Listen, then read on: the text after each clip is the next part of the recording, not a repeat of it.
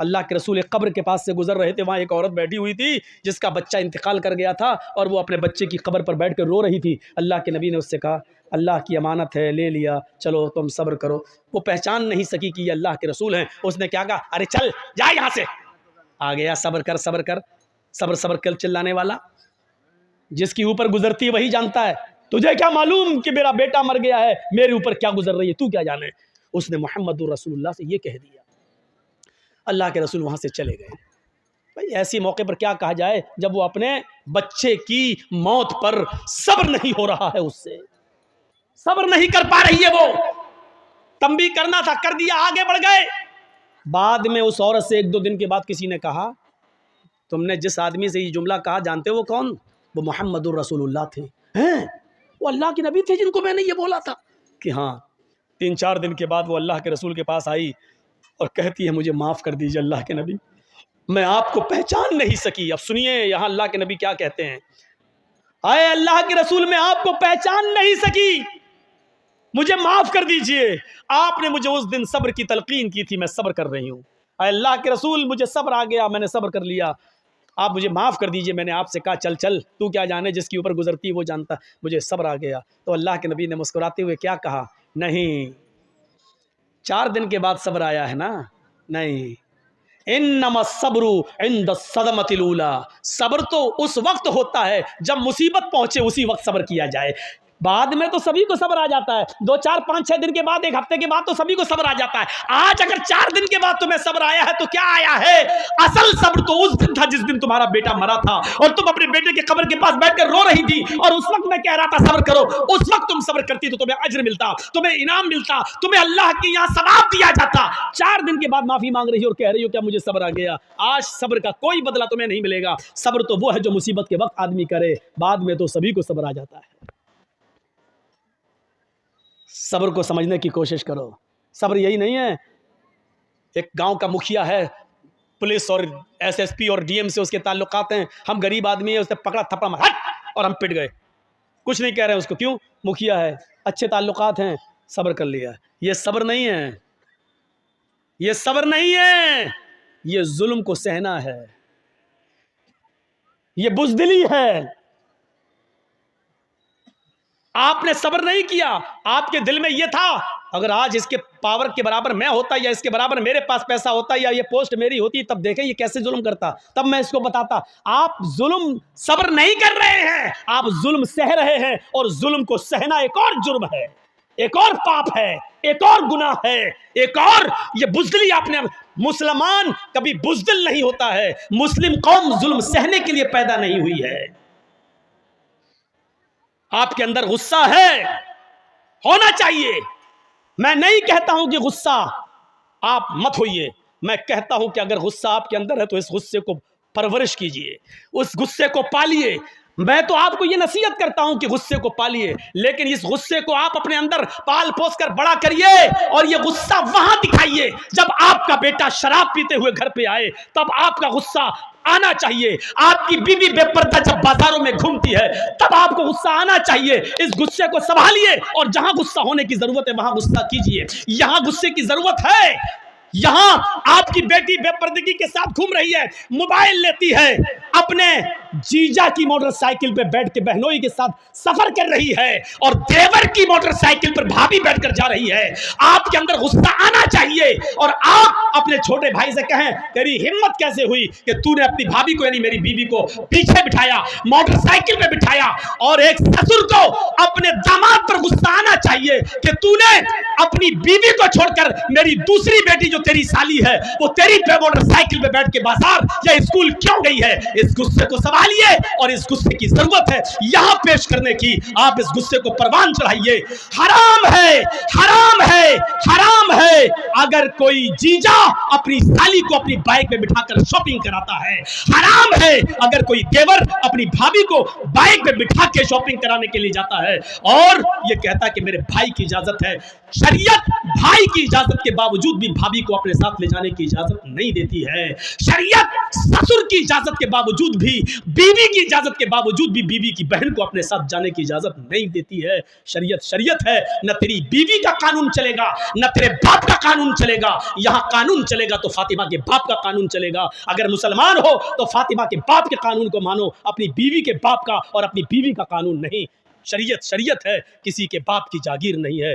मुझे जो कहना था कह दिया, जिसको बुरा लगता रहे। अगर बुरा लगता है तुम्हें तो अल्लाह की कसम में कामयाब हो गया। अगर मेरी बात तुम्हें चुभी है तो अल्लाह की कसम में अपने जलसे में कामयाब हो गया। और अगर मेरी बात का बुरा नहीं लगा तो हमें सोचना पड़ेगा कि हमारा जलसा कामयाब हुआ है या नहीं हुआ है। क्योंकि जब बुरा ही नहीं लग रहा है तो इसका मतलब यह है कि आप वही करोगे जो करते आ रहे हो, और जब वही करना है जो करते आ रहे हो तो फिर ये जलसा बेकार है, आपका यहाँ बैठना बेकार है। रात के 1 बजे, 1:30 बजे, 2 बजे तक यहाँ बैठकर अपनी आंखें फोड़ना बेकार है, क्योंकि आपको कोई सवाब नहीं मिलेगा। मेरे प्यारे साथियों, दीन सुनने आए हो ना, कुरान हदीस सुनने आए हो।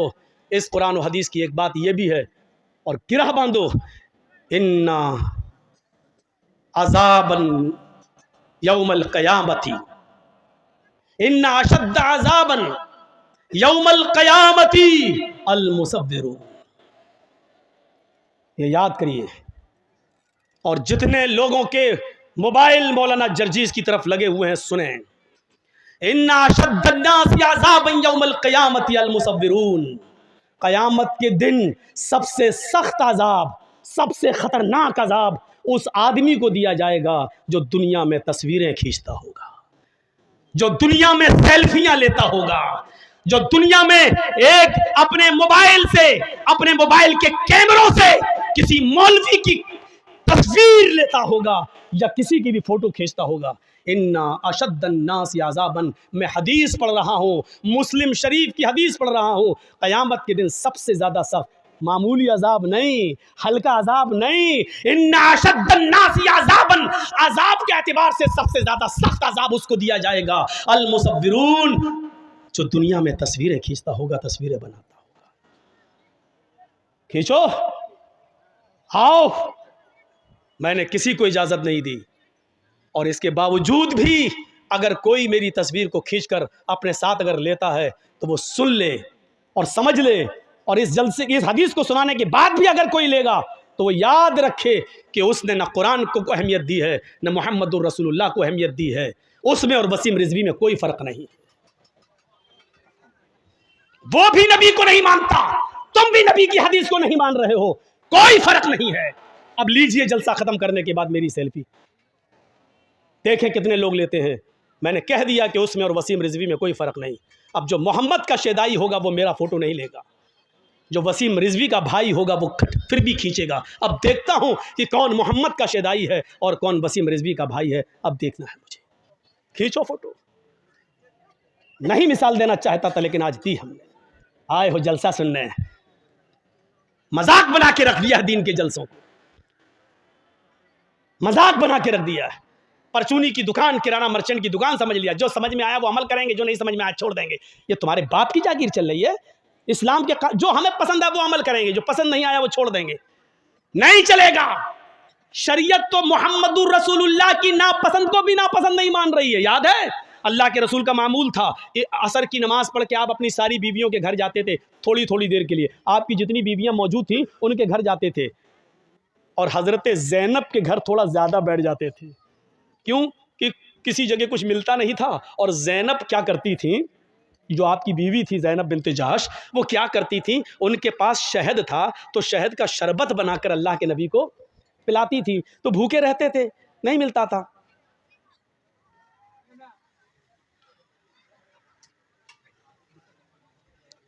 कुत्ते की दुम 100 साल भी रखोगे नल के पाइप में और उसके बाद निकालोगे और ये सोचोगे सीधी हो जाएगी, सीधी नहीं हो सकती, वो टेढ़ी ही रहेगी। बिल्कुल कुत्ते की दुम सीधी नहीं हो सकती है। ऐसे ही इतना कहने के बाद भी इसका ज़मीर देखो वहीं से उठ रहा है, लग रहा है मोदी का बाप है। कोई परवाह नहीं। अरे जब इतना पेशाब लगता है तो बैठते क्यों हो? अब अल्लाह जाने पेशाब करने गए हो या मोबाइल पे बात हो गई, अब फला जगह मिलेंगे, सब यहाँ हैं। बेटा जिस स्कूल में तुम पढ़ते हो उसका हेड मास्टर रह चुका हूँ मैं, जाकर देख लो। यहाँ जर्जी साहब सुन रहे, वहाँ मेला लगा है, आई हैं लिपस्टिक लगा लगा के, ऐसा लग रहा है जैसे अपने आदमी का खून पी के आई हैं, ऐसी गहरी लिपस्टिक। और जलसों में भी क्रीम और पाउडर ऐसा चुपड़ा हुआ है जैसे लगता है कि भैंस या गाय का गोबर लीप लिया मुँह पे, जाके देखो। और अभी मेरे आने से पहले जब हम आ रहे थे तब देखिएगा क्या हाल था, जहाँ लड़की वही लड़के, कसम खुदा की कई जगह मिसाल दे चुका, ऐसा लग रहा था जैसे एक कुतिया के पीछे 10-10 कुत्ते लगे। सुनना पड़ेगा तुम्हें, नहीं तुम्हारे बाप को भी सुनना पड़ेगा। ऐसा लग रहा है जैसे एक कुतिया के पीछे 10-10 कुत्ते मोबाइल लेके वो इधर बोला, अब उधर जा रहा है। हकीकत में लग रहा है जैसे एक कुतिया के पीछे 10-10 कुत्ते। तू अपनी वाली हमें दिखा दे, मैं अपनी वाली तुझे दिखाऊं, ये मेरी वाली हो तेरी वाली, ऐसा लग रहा है। ये हालत बना रखा, जलसों में भी हो रहा है, जलसों में भी। क्या बोल रहा था मैं, बताइए तो, कहाँ था?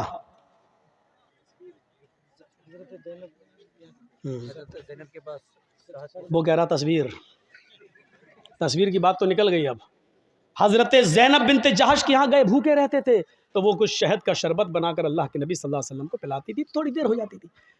जिसकी कई बीवियां हों तो बीवियों में तो आपस में टसन रहती ही है, अच्छा उनके यहाँ ज़्यादा क्यों बैठ जाते हैं, हमें इतना टाइम क्यों नहीं देते हैं। तो सारी बीवियों ने सलाह कर ली, क्या सलाह की कि अल्लाह के रसूल जिसके पास भी जाएंगे, ज़ैनब के घर से निकल के जिसके भी पास जाएंगे, सारी बीवियां नबी की ये एक ही बात बोलेंगे कि आपके मुंह से तो मगाफिर की एक पौधा होता है, मगाफिर एक जड़ी बूटी होती है, उसकी बदबू आ रही है आपके मुंह से।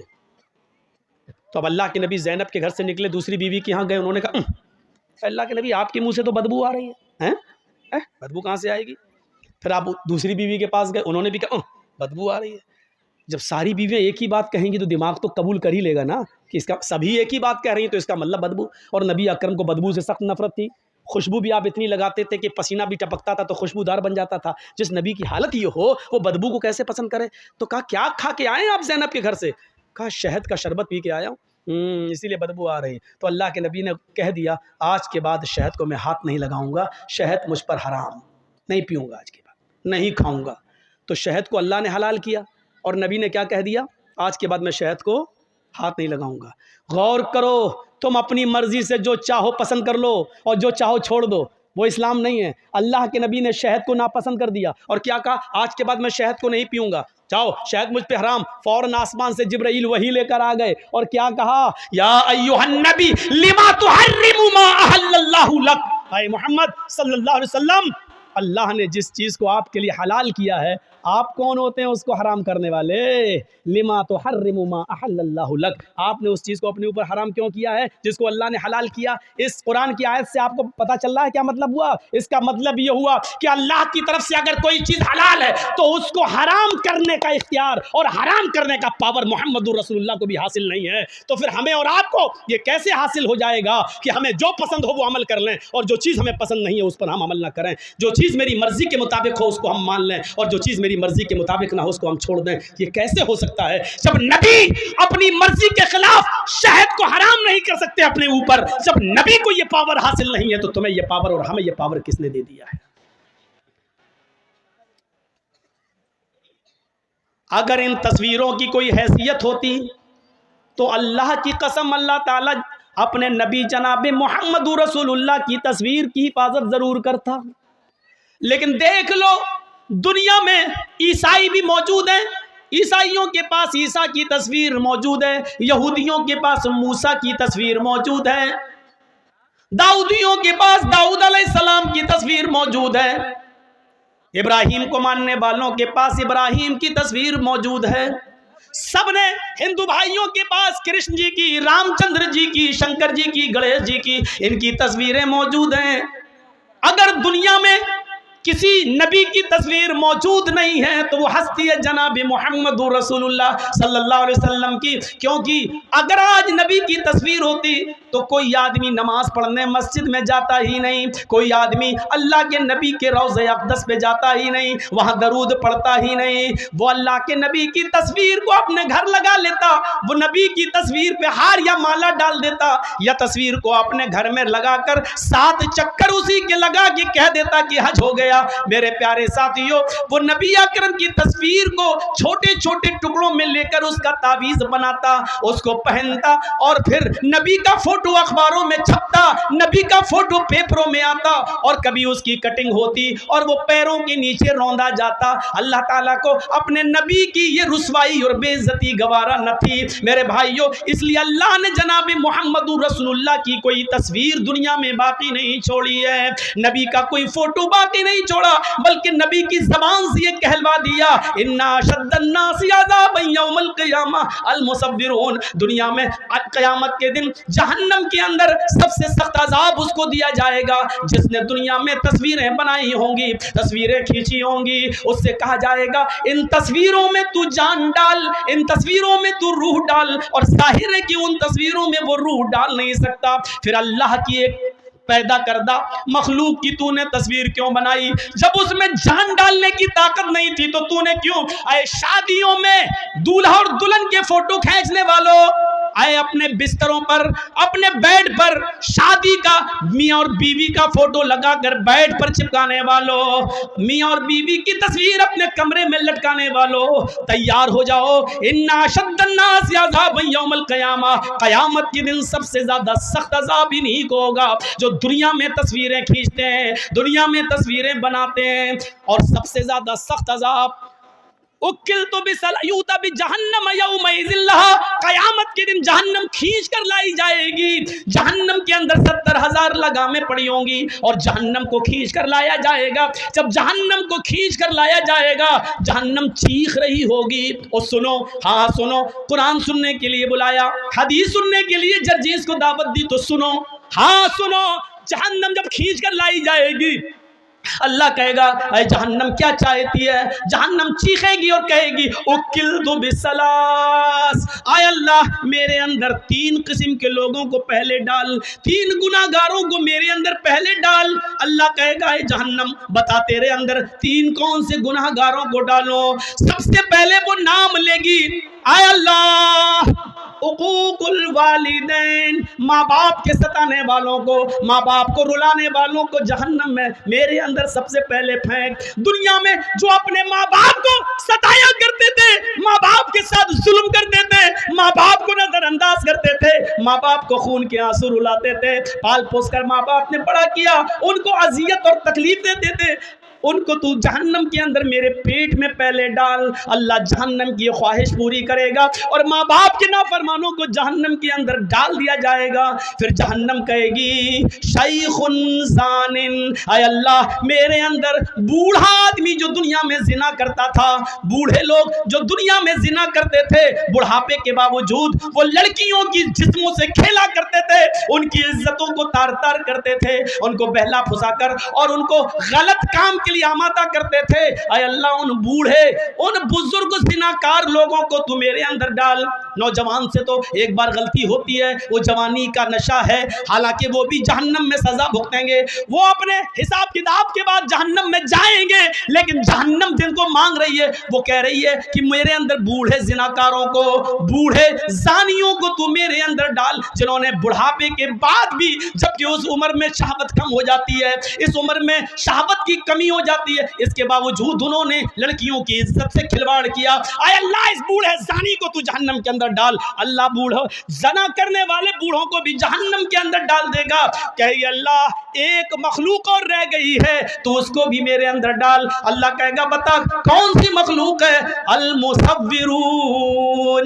जहन्नम चीख कर कहेगी, तस्वीर बनाने वालों को, तस्वीर खींचने वालों को, फोटो बनाने वालों, फोटो खींचने वालों को अल्लाह जहन्नम मुतालबा करेगी, जहन्नम पूछेगी, जहन्नम अल्लाह से मांगेगी और अल्लाह जहन्नम की फरियाद पूरी करेगा और जहन्नम में इन तस्वीर बनाने वालों को, तस्वीर खींचने वालों को भी डाल दिया जाएगा। एक चीज होती है मजबूरी में किसी चीज की इजाजत देना। पासपोर्ट बनवाना है, जरूरत है। आधार कार्ड में आपका फोटो लगना है, जरूरत है, खींच सकते हो।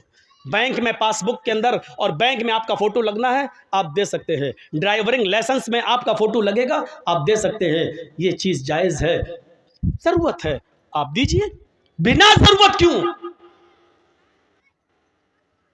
एक आदमी वीडियो में किसी की तकरीर रिकॉर्ड करता है, लेकिन अपने पास रखने के लिए तो गलत है, लेकिन उसको आम करता है और जाहिर करता है और दूसरी जगह पहुंचाता है तो एक ज़रूरत है, क्योंकि ये तकरीर आज ज़िक्रा में हो रही है तो जाहिर है कि इसको यूपी और बिहार और उड़ीसा वाले नहीं सुन पा रहे हैं। अब वो चाहता है कि ये तकरीर जो ज़िक्रा में हुई पूरा हिंदुस्तान सुने, पूरी दुनिया सुने, और उसको नश्र करके दूसरी जगह पहुँचा रहा है। तो ऐसी जगह पर उसकी वीडियो बनाकर तकरीर की गरज से डाला जा सकता है, लेकिन उसमें कटिंग करके ये हरामीपना है।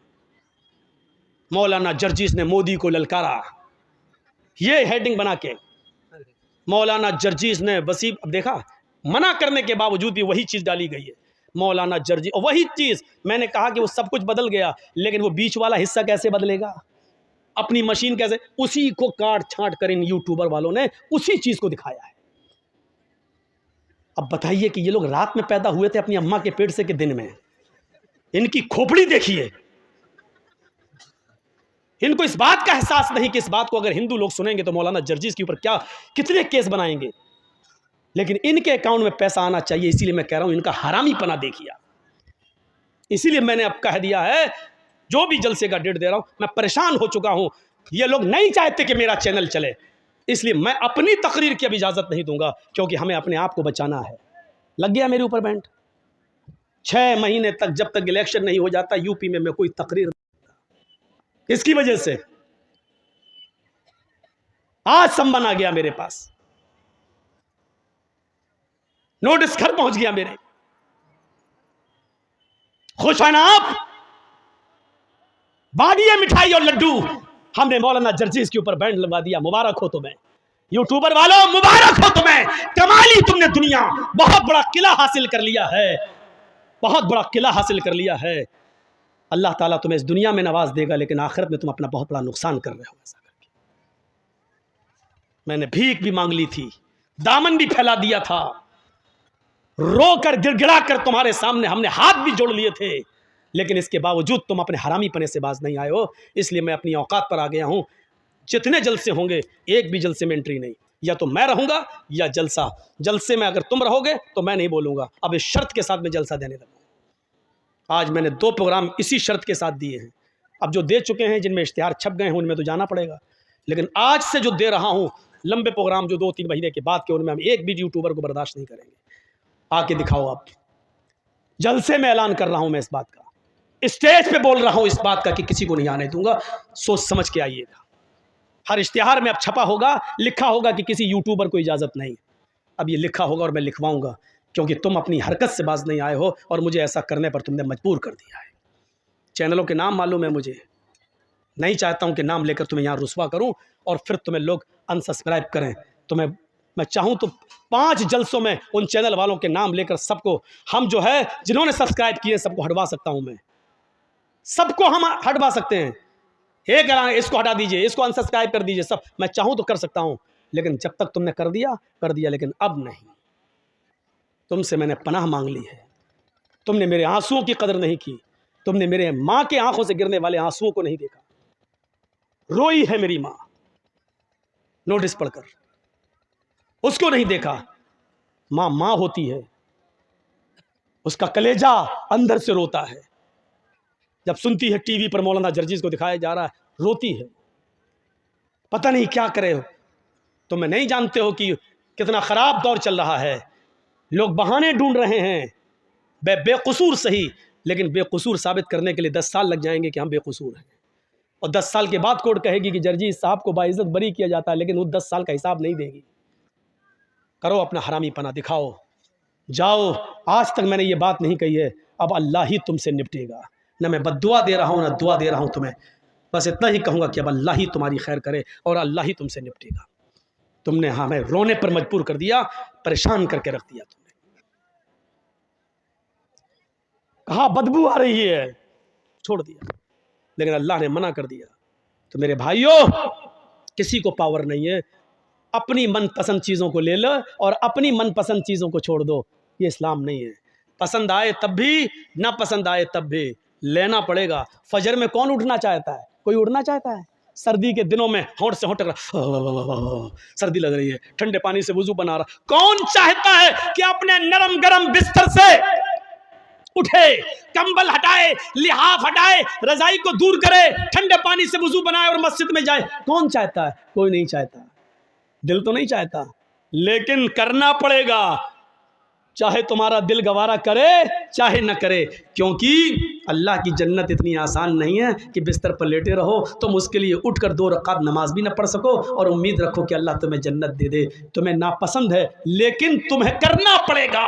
इसलिए करना पड़ेगा क्योंकि ये अल्लाह का हुक्म है, यही इस्लाम है। और इस्लाम तुम्हारी मर्जी पर, हमारी मर्जी पर नहीं चलता। इस्लाम चलता है तो अल्लाह और उसके रसूल की मर्जी पर, अल्लाह और उसके रसूल की नाफिज करदा शरीयत के मुताबिक चलता है।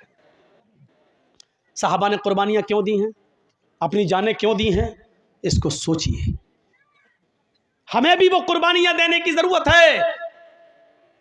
कौन आदमी ऐसा है जो ये चाहता कि अपनी जान दे, लेकिन साहबा अल्लाह के रसूल मुझे इस जंग में ले चलिए, मैं चाहता हूं कि शहीद हो जाऊं, मैं चाहता हूं कि जंग लड़ूं, या तो काफिरों को मारूं या शहीद कर दिया जाऊं। अल्लाह के नबी उनको कबूल कर रहे हैं, ले रहे हैं, और वो जा रहे हैं और लड़ रहे हैं और शहीद हो रहे हैं। क्यों? क्योंकि अल्लाह के नबी ने फरमाया, शहीद जब कत्ल किया जाता है, उसके खून का पहला कतरा जब ज़मीन पर गिरता है तो अल्लाह उसके सारे गुनाह को माफ़ कर देता है। शहीद क़यामत के दिन जब अपनी कब्र से उठेगा तो उन्हीं कपड़ों में उठेगा जिन कपड़ों में वो शहीद हुआ है, और उसी जगह से उसका खून बह रहा होगा, टपक रहा होगा, जिस जगह खंजर, जिस जगह तलवार या जिस जगह गोली लगी है। इस हाल में उठेगा कि उसके जिस्म से खून गिर रहा होगा। अल्लाह ताला उसके जिस्म से गिरते हुए खून को देख कर कहेगा, फरिश्तों, इस बंदे का क्या हिसाब लूं, इससे क्या पूछताछ करूं, ये तो मेरे लिए अपनी पूरी जमीन और जायदाद और जान सब कुछ देकर चला आया, इससे क्या मैं पूछूं, इसने तो सब कुछ मेरी राह में कुर्बान कर दिया था, इसने तो अपनी जान तक मेरी राह में दे दी थी। जाओ, मैंने इसको बख्श दिया, इसको जन्नत के अंदर दाखिल कर दो, इसको जन्नत के अंदर ले जाओ। फरिश्ते उसको जन्नत में ले जा रहे होंगे। फरिश्ते पूछेंगे, तुम्हारी कोई और तमन्ना है? जन्नत की नेमतों को शहीद देखेगा, जन्नत की नेमतों को शहीद देखेगा। फिर फरिश्ते पूछेंगे, कुछ और चाहते हो? तो फरिश्ते कहेंगे, हाँ, एक तमन्ना और है। कहा, क्या है? कहा है, फरिश्तों, अल्लाह से दुआ करो, अल्लाह से कहो मेरी एक तमन्ना ये है कि वो मुझे दुनिया में दोबारा भेज दे, मैं दोबारा जंग करना चाहता हूं, दोबारा काफिरों से लड़ना चाहूंगा, और फिर मैं चाहूंगा कि फिर मैं शहीद हो जाऊं, फिर मैं जन्नत में लाया जाऊं। क्योंकि शहीद का इतना बड़ा इज्जत, इतना बड़ा इकराम कि शहीद जन्नत की नेमतों को देख कर कहेगा, अल्लाह मैं चाहता हूं कि मुझे बार बार दुनिया में भेज, मैं बार बार कत्ल किया जाऊं और बार बार जन्नत में आऊं, और तू बार बार पूछे कि तेरी तमन्ना क्या है, मैं फिर कहूंगा अल्लाह मुझे दुनिया में भेज और मुझे कत्ल किया जाए और फिर मैं जन्नत में आऊं। जरा गौर करो कि शहीदों का इनाम कितना बड़ा होगा, शहीद का इनाम कितना बड़ा होगा कि शहीद जन्नत की नेमत में देखने के बाद भी हट उसमें है नहीं। फरिश्ते पूछ रहे हैं, कुछ और चाहते हो? अब जन्नत में किसी चीज की कमी तो है नहीं, फिर भी फरिश्ते पूछ रहे हैं, कुछ और चाहते हो? कि हाँ, क्या? दुनिया में दोबारा जाना चाहता हूं, नक्तुल, फिर कत्ल होना चाहता हूं, फिर जन्नत में आना चाहता हूं। ये तमन्ना होती है। लेकिन फरिश्ते कहेंगे, नहीं, जो रूह एक बार हमारे पास आ जाती है वो दुनिया में दोबारा लौट कर नहीं जाती। अब तुम्हें दुनिया में दोबारा नहीं भेजा जाएगा। जब शहीद को दुनिया में दोबारा इंसान की शक्ल में नहीं भेजा जा सकता, यहाँ तो बहुत बड़े बड़े बुजुर्गों की रूहें आती हैं हमारे घरों में, शब बारात के हलवे खाने, खिचड़े खाने और पता नहीं क्या क्या करने। बड़े बड़े लोगों की रूहें आती हैं हमारे यहाँ, कहते हैं बुजुर्गों की रूहें आती हैं। मेरे भाइयों, कुरान कहता है जो रूह मेरे पास आ जाती है वो दोबारा लौट कर नहीं जाती। अच्छा, एक बात बताइए, दुनिया में 3rd क्लास की ज़िंदगी है, आदमी मर गया, अच्छे काम किया है, फिर वो आखिरत में चला गया, बरज़ख में चला गया, अब वो फिर 1st क्लास की ज़िंदगी से कोई 3rd क्लास की ज़िंदगी में आएगा? मौलाना जर्जिस बहुत अच्छे नेक अमल किए, अब हम मर गए, अब हम मरने के बाद अल्लाह ने मुझे आला इल्लीन के अंदर मेरी रूह को दाखिल कर दिया, अब हम दुनिया में दोबारा आना चाहेंगे, उन नेमतों को छोड़कर दुनिया में हम दोबारा आएंगे, फिर फ़ायदा क्या है? दुनिया की 3rd क्लास की ज़िंदगी को छोड़कर हम 1st क्लास में अच्छी ज़िंदगी में गए हैं, फिर हम दुनिया में क्यों आना चाहेंगे? मेरे भाइयों, जो बुजुर्ग दुनिया की ज़िंदगी में अमल करके अल्लाह को प्यारे हो गए हैं, वो अल्लाह के पास से लौटकर दुनिया में दोबारा क्यों आना चाहेंगे? इतनी मोटी सी बात हमारी आपकी अकल में नहीं आती है। मेरे भाइयों, जिस आपके जिक्रा गांव के अंदर अगर मुझे पकड़ के मारा जाए, ठूसा जाए, अच्छा कमीने, पिछली साल तू क्यों नहीं आया था, है बोल, ये अब पकड़ के कोई हमें बांध के मारे, फिर दोबारा हम जिक्रा गांव में प्रोग्राम देंगे? कभी नहीं देंगे। एक बार जो आदमी हम मार खा चुका हो, दोबारा क्यों वो उस गांव में प्रोग्राम देगा? मेरे भाइयों, जो आदमी दुनिया में मुसीबतें बर्दाश्त करके, नेक अमल करके, फजर की नमाजों में सर्दियों में उठकर तकलीफें बर्दाश्त करके उसने अच्छी जिंदगी पाई हो, इल्लीन के अंदर मकाम पाया हो, जन्नत की खिड़की उसके लिए खोल दी गई हो, फिर वो दुनिया में दोबारा उससे कहा जाए चले तो दोबारा क्यों आएगा, फिर हम क्यों जाएं और अमल करें, फिर क्यों हम नमाज़ें पढ़ने के लिए जाएं, हमें अल्लाह ने जब ये इनाम दे दिया तो हम दुनिया में क्यों जाएं। मेरे भाइयों, फिर वो दुनिया में दोबारा तकलीफ उठाने के लिए क्यों आएगा। इतनी मोटी सी बात हमें और आपको समझना चाहिए। और यही बात हम बड़े प्यार से कहते हैं तो हमारे भाई कहते हो ये आ गया मौलवी जिसने इसकी तकरीर सुनी काफिर, इन दौर से निकलो। उत्तर प्रदेश के अंदर यही तो गेम खेला जा रहा है, लड़ो लड़ाओ, मुसलमानों को आपस में बांटो। इलेक्शन के मौके पर इसको मंत्र पढ़वाया गया, क्यों जानते हो? मकसद सिर्फ जितेंद्र त्यागी नहीं है, मकसद है पूरा शिया समुदाय को अलग करना और सुन्नियों को अलग करना। ये दोनों अलग हो गए और शियों के वोट अगर बीजेपी को मिल गए तो बस बीजेपी 2022 के चुनाव में फिर आ रही है यूपी के अंदर। ये मकसद है। वरना ऐन चुनाव के मौके पर जो आदमी बाबरी मस्जिद से लेकर अब तक हमेशा विरोध करता आया हो मुसलमानों का, कुरान का, इस्लाम का, वो इलेक्शन के मौके पर किसी मंदिर पे जाकर धर्म क्यों चेंज कर रहा है? कर नहीं रहा है, ये बीजेपी के इशारे पर कराया गया है। ऐसे मौके पर करो ताकि हमें फ़ायदा हो, चुनावी फ़ायदा पहुंचाओ। मेरे भाइयों, ये होगा। दुआ करो इसका भी वही हश्र हो जो सलमान रश्दी का हुआ है, इसका भी वही हश्र हो जो तस्लीमा नसरीन का हुआ है। आपको मालूम है कुरान के ऊपर जिन लोगों ने एतराज़ात किए उनका हश्र क्या हुआ? तस्लीमा नसरीन ने पहले लज्जा किताब लिखी, इस्लाम पर कीचड़ उछाला, दूसरे लोगों ने बड़ी इज्जत की, आओ आओ बहुत अच्छा काम किया। जो मुसलमान होकर इस्लाम में कीचड़ निकाल सकती है वो ईसाई बनकर क्या ईसाइयत में कीचड़ नहीं निकाल सकती है? जो अपनी अम्मा में गलती निकाल दे वो दूसरे की बनाई हुई मुंह बोली अम्मा में गलती क्यों नहीं निकालेगी? जो सगी माँ में गलती निकाल सकती है वो सौतेली माँ में गलती क्यों नहीं निकालेगी? तो मेरे भाइयों सोचो, जब उसने ईसाइयत में भी गलतियां निकाली तो उसको उधर से भी धक्के मार के भगा दिया गया। धोबी का गधा, न घर का न घाट का। यही हाल सलमान रश्दी का हुआ, यही हाल तस्लीमा नसरीन का हुआ, यही हाल तारिक फतेह खान का हुआ और यही हाल इंशाअल्लाह जितेंद्र नारायण त्यागी का होगा। जब तक इनके बाप हैं जिंदा या हुकूमत में तब तक इसकी इज्जत है, और जब बाप ही नहीं रहेगा तो इसकी इज्जत भी नहीं रहेगी, और बाप जिंदगी भर नहीं रहेगा। ये आपको मालूम है ना? राहत इंदौरी ने कहा था जो आज साहिबे मसनद हैं कल नहीं होंगे। किराएदार हैं, जाती मकान थोड़ी है। ये सब आने जाने वाली सरकारें होती हैं। जब तक बाप जिंदा है बेटे की इज्जत होगी, और बाप हटा तो बेटे का कोई पुरसाने हाल नहीं होगा। और दुआ करो कि इलाहुल आलमीन इसने कुरान को जलील करने की कोशिश की, बारे इलाह तू इसको ऐसा जलील कर, ऐसा जलील कर, ऐसा जलील कर कि बाद में आने वाले लोगों के लिए इसकी जिंदगी और इसकी मौत दोनों निशाने इबरत बन जाए, दोनों लोगों के लिए मकाम इबरत बन जाए। ये दुआ करो मेरे भाइयों, क्योंकि ऐसे लोगों की मौतें ऐसी हुई हैं कि वो पूरी दुनिया के लिए मकाम इबरत बन गई। फिरौन की लाश जो कहता था ना रब्बुकुमुल आला, मैं तुम्हारा रब हूँ, क्या हुआ? समंदर में डूबा, गर्क किया गया। डूबा तो कोई उसको बचाने वाला नहीं हुआ। अपने आप को रब कहने वाला भी क्या कहता है? आमन्ना बे रब्बिल आलमीन, रब्बे मूसा व हारून, मैं मूसा और हारून के रब पर ईमान लाया। वो चीख रहा था जब समंदर में डूब रहा था, लेकिन उस वक्त अल्लाह ताला ने फिरौन के ईमान को और उसके इस्लाम को कबूल नहीं किया। मरते वक्त इस्लाम ला रहा है, समंदर में डूबते वक्त तो मूसा और हारून के रब को अपना रब कह रहा है। नहीं, अब तेरे इस्लाम की और तेरे ईमान की अल्लाह को कोई जरूरत नहीं है। मकाम इबरत बना दिया उसकी लाश को। मेरे भाइयों, आज भी फिरौन की लाश मिस्र के म्यूजियम के अंदर रखी हुई है। आज भी जमीन के किसी टुकड़े के अंदर फिरौन की लाश को अगर दफनाओ तो जमीन निकाल के फेंक देती है, उसको एक्सेप्ट नहीं करती है।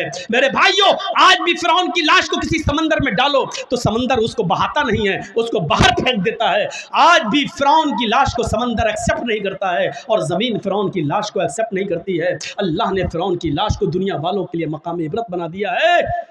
जितेंद्र नारायण त्यागी का भी यही हाल होगा। उसकी ज़िंदगी और उसकी मौत दोनों बाद में आने वाली नस्ल के लिए मकाम इबरत बनेगी। चले थे साहब कुरान बदलने, 26 आयतें निकाल कर दम लूंगा, कुरान को बदल के दिखाऊंगा, कुरान से 26 आयतें निकलवा के दिखाऊंगा। चले थे कुरान को बदलने, अल्लाह ने ऐसा बदला कि देख जो हमारी किताब को बदलने का ख्वाब देखते हैं वो खुद बदल जाते हैं। और फिर वही चीज़ जो कल और परसों मैंने कही थी, वो जब पूजा करेगा तो फ़ख्र करेगा मैं हिंदू हूँ, अग्नि की पूजा करेगा तो फ़ख्र करेगा कि मैं हिंदू हूँ, चंदन लगाएगा, सब कुछ लगाएगा, सब कुछ करेगा मूर्ति, लेकिन जब पेशाब करने बैठेगा तो उसको गुस्सा आएगा, कम बखत यहीं से मैं हिंदू नहीं हूँ। जब भी वो पेशाब और लैट्रिन करने जाएगा कहेगा कम बखत ये और बदल जाती। गलती करी बेचारे उस पंडित ने जिसने इसको हिंदू बनाया था, उसको सबसे पहले बीच वाली चीज़ बदलनी चाहिए थी कि यहाँ से तो तुम मुसलमान हो, ये तो बदलो पहले।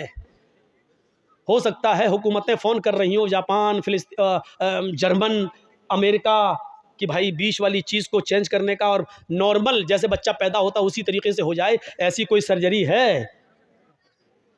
ऐसी कोई सर्जरी मिल नहीं रही है। शायद उन लोगों ने ये कहा हो कि नहीं साहब, बेहतर इसी में है कि इसका खतना ख़त्म कराने के लिए आपको पूरी की पूरी गायब करना पड़ेगी।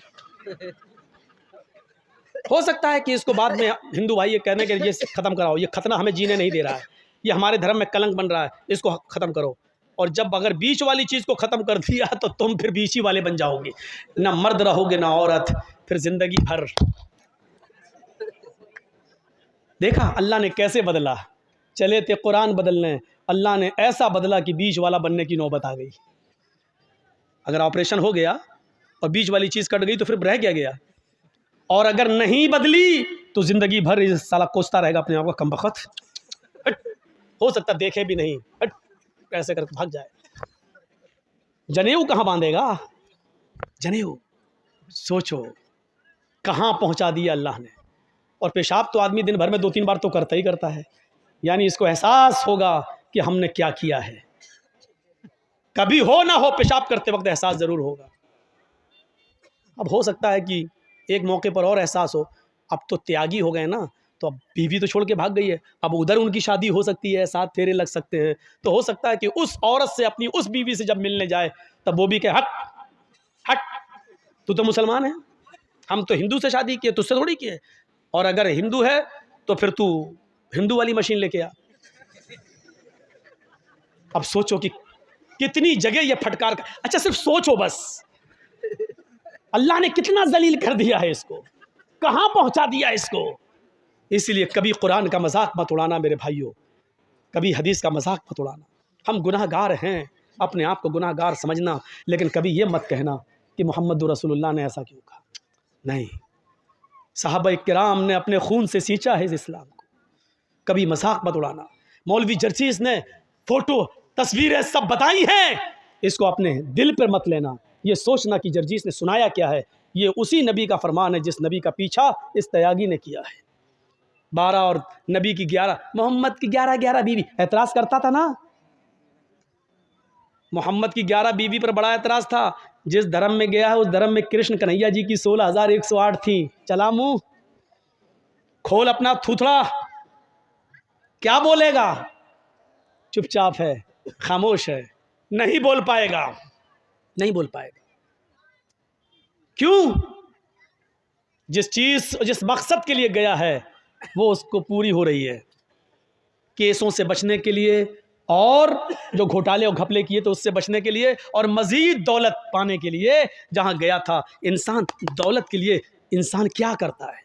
इसलिए हजरत अली रज़ी अल्लाह तआला अन्हु ने फरमाया था, इरतहलतिद दुनिया मुदबिरतन वरतहलतिल आखिरतु मुकबिलतन वलिकुल्लि वाहिदतिन मिनहुमा बनून कूनू मिन अबनाइल आखिरा वला तकूनू मिन अबनाइद दुनिया। सुनो मेरे भाइयों, हज़रत अली ने क्या कहा था? बुखारी शरीफ की हदीस के अल्फाज हैं। हज़रत अली कहते हैं इरतहलतिद दुनिया मुदबिरतन, लोगों ये दुनिया जो है जिसके पीछे तुम पड़े हो, सोना और चांदी, दौलत, पैसा और माल जिसके पीछे तुम पड़े हो, ये दुनिया तुम्हें पीठ दिखाकर भाग रही है। वरतहलतिल आखिरतु मुकबिलतन, और आखिरत तुम्हारे सामने आ रही है, आखिरत तुम्हारे सामने आ रही है। अच्छा सुनिए, मेरी उम्र इस वक्त 40 के करीब हो चुकी है, 1-2 साल ऊपर ही है, कम नहीं है। तो 40 साल का मतलब क्या हुआ है? 40 साल, मान लीजिए अल्लाह ने मेरी ज़िंदगी 70 साल की दी है, तो इसका मतलब क्या हुआ? एक मिसाल दे रहा हूँ, 40 साल दुनिया ने मुझे पीठ दिखा दिया है, दुनिया मुझे पीठ दिखा चुकी है, 40 साल मुझे पीछे छोड़ चुकी है, दुनिया ने मुझे 40 साल के पीठ दिखा दी है। यानी अब जर्जीस ये चाहे कि ये 40 साल मुझे दोबारा मिल जाए तो ये दुनिया जर्जीस को वो खोए हुए वो 40 साल वापस नहीं कर सकती है। वल आखिरतु मुक़बिल, और आखिरत जो है वर्तहलतिल आखिरतु मुक़बिलतन, और आखिरत सामना कर रही है। यानी 40 साल हमारी दुनिया से छूट गए और आखिरत के 40 साल हम करीब हो गए। यानी आखिरत आ रही है और दुनिया पीछे जा रही है। तो अल्लाह के नबी क्या फरमाते, हजरत अली क्या कहते हैं, दुनिया दुनिया दुनिया पीठ दिखा रही है, आखिरत तुम्हारा मुकाबला कर रही है। दुनिया जैसे जैसे तुम्हें छोड़ती जा रही है, आखिरत वैसी वैसे तुम्हारे करीब आती जा रही है। और इन दोनों में से हर एक के बेटे, हर एक की औलादें, यानी दुनिया के भी बेटे और आखिरत के भी बेटे, दुनिया के भी बेटे हैं और आखिरत के भी बेटे हैं। वलिकुल्लि वाहिदतिन मिनहुमा बनून, इन दोनों में से हर एक की औलादें हैं, दुनिया की भी औलाद है और आखिरत की भी औलाद है। तकून कूनू कूनू मिन अबनाइल आखिरा, आखिरत की औलाद बनो, वला तकूनू मिन अबनाइ दुनिया, दुनिया के बेटे मत बनो, दुनिया की औलाद मत बनो, दुनिया की औलाद मत बनो। यानी दुनिया की दौलत में मत फंसो, सोने और चांदी के पीछे मत पड़ो, बल्कि आखिरत की औलाद बनो। यानी आखिरत कमाओ, एक एक नेकी को गनीमत जानो, एक एक सवाब के काम को करो, एक एक अच्छा काम करो, आखिरत की औलाद बनो। सुनो, इसके बाद हजरत अली क्या कहते हैं, दुनिया की औलाद मत बनो, आखिरत की औलाद बनो। इसलिए कि फ़इन्नल यौमा अमलुन वला हिसाबा व गदन हिसाबुन वला अमला, इसलिए कि आज इस दुनिया में अमल है, हिसाब नहीं है। इस दुनिया में अमल है, हिसाब नहीं है। यानी तुम जो भी करोगे तुमसे कोई हिसाब किताब नहीं लिया जाएगा। दुनिया में नमाज पढ़ोगे तुमसे हिसाब किताब नहीं लिया जाएगा, रोजा रखोगे कोई पूछताछ नहीं होगी, शराब पियोगे तो तुमसे कोई पूछेगा नहीं, जुआ खेलोगे तो तुम्हारा कोई हिसाब किताब नहीं होगा। अब ये तुम्हें सोचना है कि नमाज पढ़ना है, रोजे रखना है, हज करना है, ज़कात देना है, मदरसों में चंदा करना है या नहीं देना है या नहीं, ये सारी चीजें तुम्हें सोचना है, तुम्हें सोचना है। या शराब पीना है, जुआ खेलना है, ज़िना करना है, क्या करना है, ये तुम्हें सोचना है। लोगों, फ़इन्नल यौमा अमलुन वला हिसाब, दुनिया में अमल है, हिसाब नहीं। आज अमल है, कोई पूछताछ करने वाला नहीं, वगदन हिसाबुन वला अमल, और कल कयामत के दिन हिसाब किताब होगा, कोई अमल नहीं। कल कयामत के दिन हिसाब किताब होगा, कोई काम नहीं। अब न शराब पीने दी जाएगी, न नमाज पढ़ने दिया जाएगा, न तुम्हें रोजा रखने दिया जाएगा, न जुआ खेलने दिया जाएगा। कल सिर्फ हिसाब ही हिसाब होगा, कोई अमल नहीं होगा। आज अमल ही अमल है, अच्छा करो या बुरा करो, कोई हिसाब नहीं है। अब तुम्हें सोचना है अच्छा करना या बुरा करना है। आज अमल है, हिसाब नहीं, कल हिसाब है, अमल नहीं। दुनिया में अमल है, कोई पूछताछ करने वाला नहीं, और आखिरत में हिसाब है, कोई अमल करवाने वाला नहीं। मेरे भाइयों, अब हमें और आपको सोचना है कि हमें क्या करना है। यह हजरत अली रजी अल्लाह ताला अन्हु ने बयान कर दिया है और बता दिया है। अब हमें और आपको अपनी जिंदगी के बारे में सोचना है कि हमें क्या करना है और क्या नहीं करना है। बनाइए अपनी जिंदगी। तो हिंदू धर्म और इस्लाम की बहुत सी बातें मिलती हैं, बहुत सी बातें मिलती हैं, तौहीद भी मिलती है, आयतें और मंत्र भी मिलते हैं, और कलमा भी मिलता है, नमाज भी मिलती है, रोज़ा और हज भी मिलता है।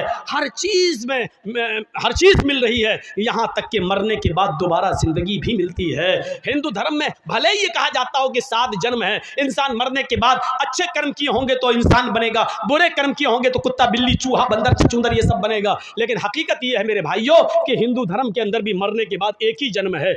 मृत्यु पश्चातम द्वितीय जन्मम भवति, ने तृतीय ने चतुर्थ ने पंच ने षष्ठ ने सप्त ने अष्ट ने नवम ने दशकं का, मरने के बाद तुम्हारा एक दूसरा जन्म होगा, न तीसरा न चौथा न पांचवा न छठा न सातवां न आठवां न नवा न 10वां। यानी मरने के बाद तुम्हें दोबारा इंसान बनाया जाएगा, तुम्हें इंसान की शक्ल में दोबारा लाया जाएगा, तुम कुत्ता बिल्ली चूहा बंदर नहीं बनोगे। यही कुरान कहता है कि मरने के बाद ऐ लोगों हम तुम्हें दोबारा जिंदा करेंगे, हम तुम्हारी हड्डियों के पोर तक को बना देंगे। क्या तुम ये समझते हो? अयहसबुल इंसान अल्लन नजमा इज़ामा, इंसान ये सोचता है कि हम उसकी हड्डियों को हरगिज़ जमा नहीं कर पाएंगे। बला कादिरीन अला अन नुसव्विया बनाना, अरे हड्डियां तो छोड़, हम हड्डियों उंगलियों के पोर तक बनाने के ऊपर कादिर हैं। उंगलियों के पोर क्या हैं? ये उंगली है, ये पोर है। और अल्लाह ताला ने यह उंगली क्यों कहा है? उंगलियों के पोर भी, यानी मरने के बाद इंसान की हड्डी गड्डी सब मिल जाए, सड़ जाए, गल जाए, कुछ भी हो, और जब क़यामत के दिन अल्लाह जिंदा करेगा तो अल्लाह कह रहा हम हड्डी नहीं, उंगली नहीं, उंगलियों के पोर तक बनाने पर कादिर हैं। जैसा था वैसा। आज आप देख लीजिए, एक उंगली दूसरे इंसान की उंगली से अलग होती है। आपने आधार कार्ड बनवाया है, आपका वो लगा होगा फिंगरप्रिंट, आपने गए होंगे ऐसे, ये अंगूठा। क्यों? हर इंसान की एक उंगली पूरी दुनिया के इंसानों की उंगली से टच नहीं हो सकती है। देखने में बराबर लग रही है, एक जैसी है, लेकिन हर एक की अलग अलग है। मौलाना जर्जीस साहब ने इंडिया में पासपोर्ट बनवाया, फिर नेपाल चले गए, नेपाल की भी नेशनलिटी ले ली, एक मिसाल दे रहा हूँ, और उधर से पासपोर्ट बनवा लिया। अब जैसे ही पासपोर्ट बनवाने जा रहे हैं, उसने कहा चलिए फिंगरप्रिंट दीजिए। जैसे ही फिंगर हाथ रखा उंगली, उसने साफ कह दिया कि ये पासपोर्ट तो मोहम्मद जर्जीस के नाम से इंडिया में बन चुका है। फिंगरप्रिंट आपका बता रहा है कि आपका ये पासपोर्ट बन चुका है, और आप यहाँ नाम बदल रहे हैं, जमील अख्तर रख रहे हैं, आप नाम यहाँ पर बदल कर आप हारून, इदरीस, मूसा, ईसा रख रहे हैं, आपका नाम तो मोहम्मद जर्जीस है और आपका पासपोर्ट बन चुका है। लीजिए, छोरी छुपे आप नेपाल के रहने वाले हैं, किसी तरह इंडिया में घुस गए, इंडिया से पासपोर्ट बनवा लिया। एक पासपोर्ट आपने उधर नेपाल में भी बनवा रखा है, आपका नेपाल का पासपोर्ट मोहम्मद जमील के नाम से है, और इंडिया का पासपोर्ट आपका मान लीजिए मोहम्मद इदरीस के नाम से है। आप किसी तरीके से वीज़ा ईज़ा लेके दुबई, अमेरिका कहीं जा रहे हैं, वहाँ जैसे ही पहुँचते हैं वहाँ फिंगरप्रिंट लिया जाता है, पता चलता है कि आप मोहम्मद इदरीस नहीं हैं, आप मोहम्मद जमील हैं, और आप इंडिया से आए हैं, आपका पासपोर्ट बन चुका है नेपाल में मोहम्मद जमील के नाम से। वहीं पर पुलिस पकड़ेगी और आपको नेपाल की गवर्नमेंट के हवाले कर दिया जाएगा और भेज दिया जाएगा। जब उंगली, एक उंगली दूसरे अलग, अल्लाह ताला उसी उंगलियों से हर इंसान को, उसके पोर से और उसके फिंगर से हर इंसान को अलग अलग जिंदा करेगा। मेरे भाइयों, अल्लाह कहता है उस पोर को भी बनाने पर कादिर है। भला कादिरीन अला नुसव्विया बनाना, हड्डियां तो बहुत दूर की बात, हम उंगली और उंगलियों में जो फिंगरप्रिंट होते हैं, जो हल्के हल्के निशान होते हैं, हम उनको भी बनाने पर कादिर हैं। बच नहीं सकता इंसान, उसका हिसाब व किताब लिया जाएगा मेरे भाइयों, और ये अकल में भी नहीं आती है। अच्छा ये बताओ, ज़मीन में आप गेहूं डालोगे तो गेहूं पैदा होगा ना, चावल डालोगे तो क्या पैदा होगा? चावल। आम की गुठली ज़मीन में डालोगे तो उससे क्या पैदा होगा? आम। क्लियर है? कभी आपने देखा हो कि बोया हो आम और पैदा हो गया हो अमरूद? कभी आपने देखा है बोया हो आपने अंगूर और पैदा हो गया हो तरबूज? कभी आपने सुना? नहीं सुना। आम डालोगे आम पैदा होगा, तरबूज बोगे तो तरबूज पैदा होगा, लौकी कद्दू डालोगे तो लौकी और कद्दू पैदा होगा। जो चीज़ तुम ज़मीन के अंदर डालोगे उससे वही चीज़ निकलेगी और उसी का फल निकलेगा। अकल भी यही कहती है। मरने के बाद इंसान को जब तुम कब्र में दफन करोगे, ज़मीन में गाड़ोगे, तो इंसान से इंसान ही पैदा होगा या कुत्ता बिल्ली चूहा बंदर पैदा हो जाएगा। जब आम से अमरूद पैदा नहीं हो सकता तो इंसान से कुत्ता बिल्ली चूहा बंदर कैसे हो जाएगा? वो डार्विन की थ्योरी गलत है। हम अभी उस तरफ नहीं जाना चाहते कि पहले इंसान बंदर था और धीरे धीरे तरक्की करते करते क्या बन गया है। हम अभी उस तरफ नहीं जाना चाहते हैं, और न हम उस साइंस को और उसके पन्नों को हम यहाँ छेड़ना चाहते हैं। हमारे सामने नस्ल और कौम भी वैसी होनी चाहिए जो उस तरीके की तकरीरों को समझ सके। यहाँ तो ये हाल है कि आधा घंटा मौलाना जर्जीस को देखा और उसके बाद फील्ड से लोग उठ जाते हैं, इसलिए कि हिंदी उनकी समझ में नहीं आती है। मेरी तकरीर सिर्फ औरतों की समझ में आती है, बंगाल की, इसलिए कि मर्दों से ज़्यादा औरतें सीरियल देख रही हैं। सास भी कभी बहू थी, अलिफ बाबा, अली का 40 चोर, ये सब सीरियल हमारी माँ बहनें देख रही हैं, और वही देख देख के अपने शौहरों पर हुकूमत कर रही हैं। आपको मालूम है ना, एक बार हमारे पास भी एक औरत आई थी, बहुत पहले सुनाया था मैंने। वो औरत आई, कहती मौलाना साहब ताबीज़ दे दो। क्यों? क्या मेरा पति मेरा कहना नहीं मानता। हमने कहा क्या चाहती हो कि तुम्हारा शौहर तुम्हारे कहने पे चले? तुम जहाँ कहो उठे वो उठे, तुम कहो बैठे तो बैठ जाए? क्या चाहती हो, तुम्हारा गुलाम बन जाए? तो कहा मौलाना साहब आपने तो मेरे दिल की बात ही छीन ली। देखिए औरतों की प्लानिंग। हमने कहा अच्छा ठीक है चलो तुम्हारा शौहर ऐसा हो जाएगा, तुम क्या चाहती हो? क्या यही चाहती हो? हमने कहा नाम बताओ तुम्हारा। कैसा मौलवी है? हमने क्यों क्या हुआ? नाम लूंगी अपने शौहर का। क्यों? अरे नाम लेने से तो तलाक हो जाएगी। हमारे बड़े बड़े मौलाना कहते हैं कि पत्नी को पति का नाम नहीं लेना चाहिए। हमने कहा अच्छा, और हमें उसके मुंह से नाम निकलवाना था। तो मैंने कहा कि अच्छा ऐसी बात है। हमने कहा जब तक तुम नाम नहीं बताओगी तो तुम्हारा पति तुम्हारा गुलाम कैसे बनेगा? ताबीज में नाम लिखा जाएगा तभी तो तुम्हारा पति तुम्हारा गुलाम बनेगा। कहते अच्छा ये बात है कि हाँ। बुलाती है अपनी छोटी सी बच्ची को, वहाँ लला ललो बोलते हैं बरेली में, लड़के को लला लड़की को ललो। ललो इधर आ। हाँ क्या तेरे पापा का क्या नाम है? बच्ची कहती है रहमतुल्लाह। मेरे पापा का नाम रहमतुल्लाह। हमने कहा रहमतुल्लाह? हाँ हाँ हाँ हाँ। हमने कहा ये तो रहमतुल्लाह बता रही है कि हाँ यही नाम है। हमने कहा क्या नाम है? कहा यही जो बताया बच्ची ने। फिर भी नहीं बोल रही, वो भी बड़ी ढीठ है। तो हमने कहा क्या नाम है? ये बच्ची सही से नहीं बोल रही कि वही बोल रही है। सही है क्या? क्या है बच्ची? रहमतुल्लाह। हमने कहा रहमतुल्लाह कि हाँ हाँ जो आप बोल रहे हैं वही है। तो हमने कहा ये नाम तो तुम्हें लेना पड़ता है। कभी नहीं लेती हूँ। हमने कहा तो इसका मतलब तुम नमाज नहीं पढ़ती हो? कहा नहीं नमाज 5 टाइम की पढ़ती हूँ। हमने कहा नमाज पढ़ती हूँ उसमें तो नाम आता है? कहा नहीं आता है। हमने कहा नमाज पढ़ती हूँ तो सलाम नहीं फेरती हो? क्या फेरती हूँ? हमने कहा उसमें तो आता है अस्सलामु अलैकुम व रहमतुल्लाह। रहमतुल्लाह आता है कि नहीं आता है? तो कहती है जब वो नाम आता तो नहीं लेती हूँ। तो हमने कहा फिर क्या कहती हो? तो कहती जब वो नाम आता तो मैं कह देती हूँ अस्सलामु अलैकुम ललो के अब्बा। मैं नाम नहीं लेती हूँ। अस्सलामु अलैकुम ललो के अब्बा, अस्सलामु अलैकुम ललो के अब्बा। बताइए ये हाल है। अल्लाह की कसम उस औरत ने ये जुमले कहे हैं, मुझसे कहे हैं कि मैं नाम नहीं लेती हूँ। हमारे मौलवियों ने कहा कि नाम लेंगे तो तलाक हो जाएगी। बताइए लोगों ने ये बता रखा है, जबकि बीवी अपने पति का, बीवी अपने शौहर का नाम ले तो ये सुन्नत है, ये सुन्नत है। देखिए अल्लाह के नबी अपनी बीवी आयशा से कहते हैं आयशा जब तुम नाराज होती हो तो मैं समझ जाता हूं कि तुम मुझसे नाराज हो, और जब तुम मुझसे खुश होती हो तो मैं समझ जाता हूं कि तुम मुझसे खुश हो। हजरत आयशा ने कहा अल्लाह के नबी कैसे? मैं तो कभी जाहिर नहीं होने देती हूँ अपनी नाराजगी, फिर आप कैसे समझ जाते हैं? मैं नाराज भी होती हूँ तो हम जाहिर नहीं होने देते कि मैं नाराज हूँ, फिर आप कैसे समझ जाते हैं? फरमाया आयशा शौहर हूं तुम्हारा, चेहरा पढ़ता हूं, जानता हूं तुम्हें। कहा नहीं बताइए आप मेरी नाराजगी का पता कैसे लगाते हो? फरमाया आयशा जब तुम मुझसे नाराज होती हो तो कहती हो किसी बात पर इब्राहिम के रब की कसम।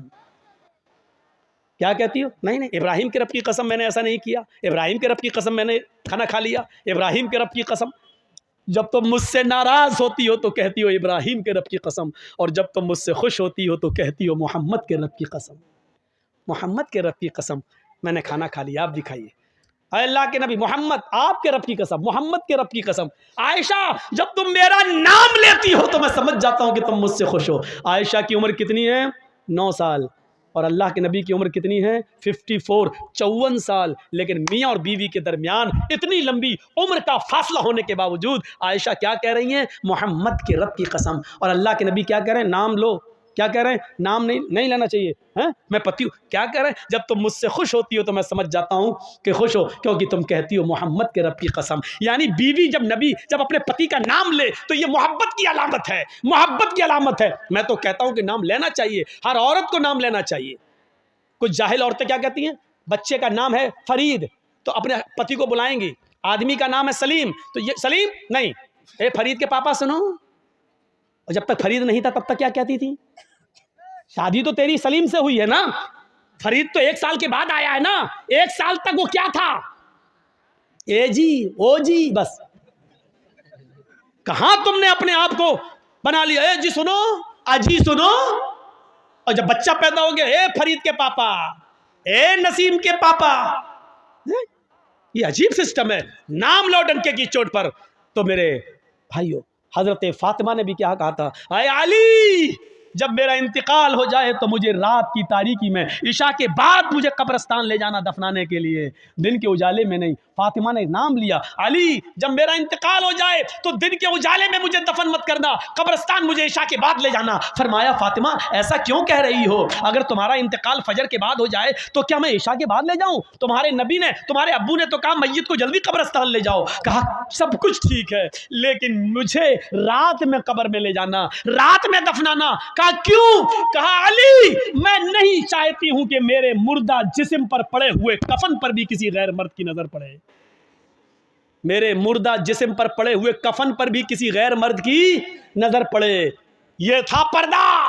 यहां तो एक कुतिया के पीछे 10 कुत्ते लगे हैं। सीखो पर्दा, ये पर्दा था।